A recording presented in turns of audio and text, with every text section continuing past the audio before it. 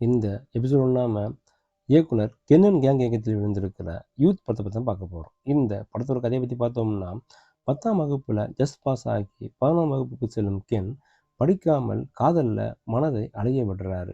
பருவ கோளாறில் காதல் மயக்கத்தில் இருக்கும் அவர் 12ஆம் வகுப்பு முடிப்பதற்குள் 3 காதல்களை கடந்து போகிறாரு. அனிஷ்மா அனில்குமார், மீனாட்சி தினேஷ், பிரியான்சி யாதவ் ஆகியோரை அடுத்தடுத்து காதலிக்கிறாரு. காதல் மட்டுமே வாழ்க்கை என்று சுட்டி கொண்டிருக்கும் கென்னுக்கு தனது குடும்பமும் எதிர்கால வாழ்க்கையும் தான் முக்கியம் என்பதை எடுத்துக்காட்டும் வகையில் முக்கியமான சம்பவம் ஒன்று நடக்குது. அது என்ன, எப்படி அவரது வாழ்க்கை திசை மாறியது, இதை கலகலப்பாக சொல்லும் கதை தான் இந்த படத்தோட கதை. பள்ளி மாணவ கதாபாத்திரத்திற்கு கச்சிதமாக பொருந்தும் கென் கொடுக்கப்பட்ட கதாபாத்திரத்துக்கு நியாயமான நடிப்பை சேர்த்திருக்காருன்னு சொல்லலாம். காதல், காமெடி, கலாட்டா என கலக்கி இருக்காரு. அனிஷ்மா அனில்குமார், மீனாட்சி தினேஷ், பிரியான்சி யாதவ் என்ற 3 நாயகிகளும் அழகு மற்றும் அளவான நடிப்பால் கவர்ந்திருக்காங்க. கென் தந்தையாக வரும் சூரஜ் பஞ்சரமேடு, தாயாக வரும் தேவதர்ஷினி அனுபவ நடிப்பால் கவர்றாங்க. கென் நண்பனாக நடித்திருக்கும் நடிகர்கள் உள்ளிட்ட அத்தனை பேரும் சிறப்பான நடிப்பை வெளிப்படுத்தி இருக்காங்கன்னு சொல்லலாம்.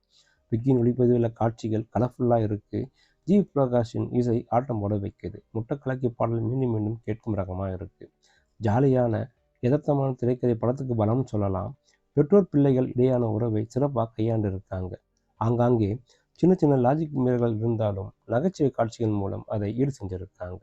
கலகலப்பான திரைக்கதையால் நகைச்சுவையும் எமோஷன் கலந்து காட்சிகளை அடக்கி இயக்குநராகவும் கவனம் வைத்திருக்கிறார் கென்.